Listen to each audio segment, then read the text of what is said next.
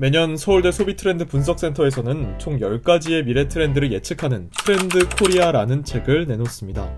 개묘년 토끼해를 맞이하여 올해의 트렌드는 래빗 점프인데요. 오늘은 래빗 점프 하나씩 자세히 알아보겠습니다. 먼저 R, Redistribution of Average, 평균 실종인데요. 양극화, N극화, 그리고 한쪽으로 쏠리는 단극화로 구분될 수 있습니다. 먼저 양극화의 경우 중고거래 사이트에서 몇천원짜리 물건이 활발히 거래되는 한편 한 끼에 수십만원을 호가하는 한우 오마카세 열풍을 빗댈 수 있겠는데요. 소비자가 양분되고 있는 만큼 중간 수준의 제품을 고려하는 소비가 줄고 있다는 겁니다. 다음으로는 N극화입니다. 더 이상 소비자들의 소비는 밴드웨건 효과의 양상을 보여주지 못합니다. 음원 인기 차트 톱 100이 아닌 나만의 취향을 찾기 위한 큐레이터 서비스를 선호하고 이제는 사람들이 북적이는 핫플레이스가 아닌 아는 사람만 아는 힙플레이스를 찾아다닌다는 거죠. 평균 실종의 이야기는 어쩌면 이제는 사회가 평균의 함정에 빠지지 않을 것이라는 걸 의미합니다. 과거 성공을 하기 위해서는 평균에 속해 있던 대중들을 사로잡아야 했다면 이제는 다양한 통계값을 확인해야 한다는 겁니다. 다음은 A, Arrival of a New Office Culture, 오피스 빅뱅입니다. 코로나19는 우리의 일터를 송두리째 바꿔놓았습니다. 조직의 문화는 달라졌고 노동시장의 시스템은 변화하고 있습니다. 퇴사는 이제 너무 익숙해져 버렸고 활발히 이직을 하지 못하는 사람은 무능력한 사람으로 취급받습니다. 급여나 승진보다는 개개인의 안녕을 생각하는 복지에 집중하는 현대인들인데요. 여기에 더해 일회성 노동을 의미하는 긱노동도 활발해지고 있습니다. 이렇게 노동시장이 격변하는 오피스 빅뱅의 시대를 살아가는 우리는 더 이상 직장에서 최대한 가늘고 오래 버티는 것을 목적으로 하는 것이 아니라 세상의 변화를 마주하며 끊임없이 도전하고 기회를 찾아야 할 것 같네요. 다음은 B, 보온피키 체리 슈머입니다. 과거 체리피커라고 불리던 소비자들은 흔히 구매는 하지 않으면서 혜택만 챙겨가는 일명 밉상으로 보였는데요. 여기서 진일보하여 한정된 자원을 극대화하기 위해 다양한 알뜰 소비 전략을 펼치는 소비자를 체리 슈머라고 합니다. 이 소비자들은 자신의 라이프 스타일에 맞춰 필요한 만큼만 소량 구매하는 조각 전략을 구사하고 있습니다. 이에 대응하여 향수업계에서는 개별 샘플을 구매 가능하게 하고 와인업계는 한 잔 용량 단위로 결제해 시음할 수 있는 시스템을 구축하고 있죠. 여기에 더해 배달비를 나눠내는 배달 공구 혹은 OTT 플랫폼에 함께 결제를 실천하는 반반 전략을 보여주기도 합니다. 이뿐만 아니라 오랜 시간 기업과 소통하며 구매를 이어가는 것이 아닌 그때그때 필요한 만큼만 계약을 해 유연성을 확보하는 말랑 전략을 구사하기도 합니다. 체리 슈머는 블랙 컨슈머가 아닙니다. 꼼수를 부리는 소수의 특이한 소비자라는 인식에서 벗어나 그들 역시도 끌어들일 수 있는 전략이 필요할 겁니다. 다음은 또 다른 B, Bodies with a Purpose, 인덱스 관계입니다. 소통의 매체가 변화하면서 관계 맺기의 본질이 변화하고 있습니다.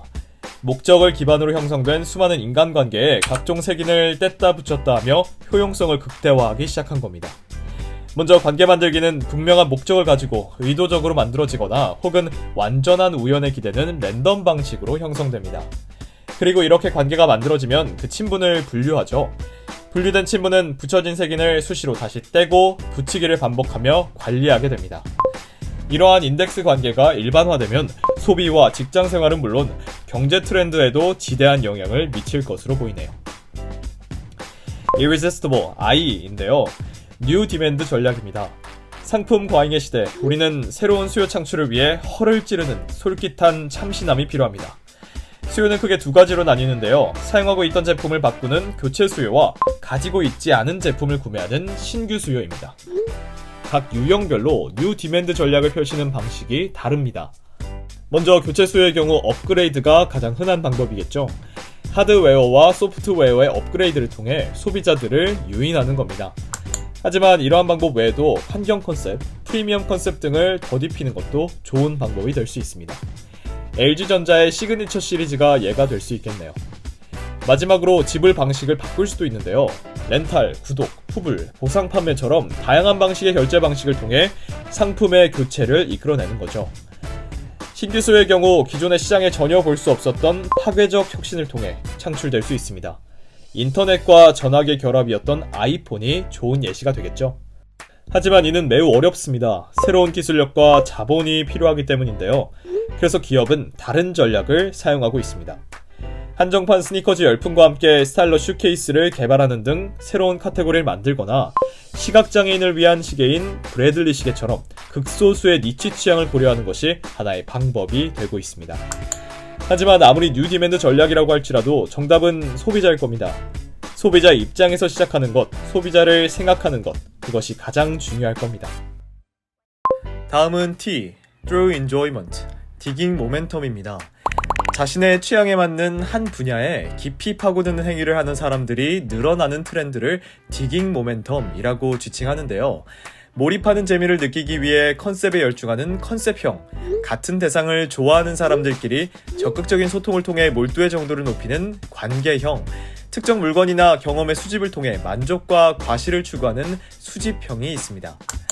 디깅러들의 입소문임이 중요해지면서 일반 산업에서도 이들의 마케팅적 역할에 중점을 두는 추세인데요. 본인의 진짜 자아를 찾기 위한 디깅러들의 여정은 2023년에도 계속될 걸로 보이네요.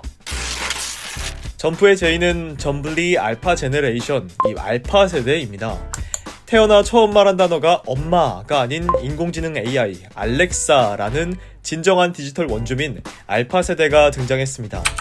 2010년대 이후 태어난 알파 세대는 자기 중심성이 매우 강합니다. 스스로를 모두가 셀러브리티이자 하나의 원앤올리 예술품이라고 생각하는 거죠. 쉽게 영상 제작이 가능한 틱톡, 인스타 릴스 등이 주목받고 있는 것도 아마 같은 맥락일 겁니다. 여기에 더해 알파 세대에게 경제는 더 이상 어른들의 소유물이 아닙니다.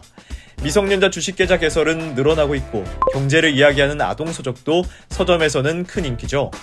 하지만 OECD 어린이 청소년 행복지수 꼴찌, 그리고 디지털에 매몰되어 진짜 세상을 보지 못하는 알파 세대를 위해 지금의 우리 사회가 더 많은 관심을 가질 필요가 있어 보입니다. U는 Unveiling Proactive Technology, 선제적 대응 기술입니다. 고객이 필요를 깨닫기도 전에 먼저 솔루션을 제공해 불편함을 해소시켜주는 기술을 말하는데요. 기업은 더 이상 소비자의 반응을 이야기를 기다릴 시간이 없습니다. 직접 피드백을 제공하지 않아도 정보를 찾고 이를 사용자에 맞춰서 미리 수행해야 합니다. ADAS를 포괄하는 첨단 운전자 보조 시스템들은 승객 모니터링 기술을 통해 각종 센서로 탑승자의 상태를 체크합니다. 운전자의 심박, 호흡, 스트레스 정도를 실시간으로 측정해서 운전자 스스로 혹은 동승자가 문제 상황에 미리 대처할 수 있도록 신호를 보내는 것을 목표로 하고 있습니다. 기술은 발전하면 할수록 인간에게 가까워져야 한다. 선제적 대응 기술은 우리로 하여금 그 오랜 꿈에 한 걸음 더 다가서게 만들고 있습니다. 다음은 M, Magic of Real Space, 공간력입니다.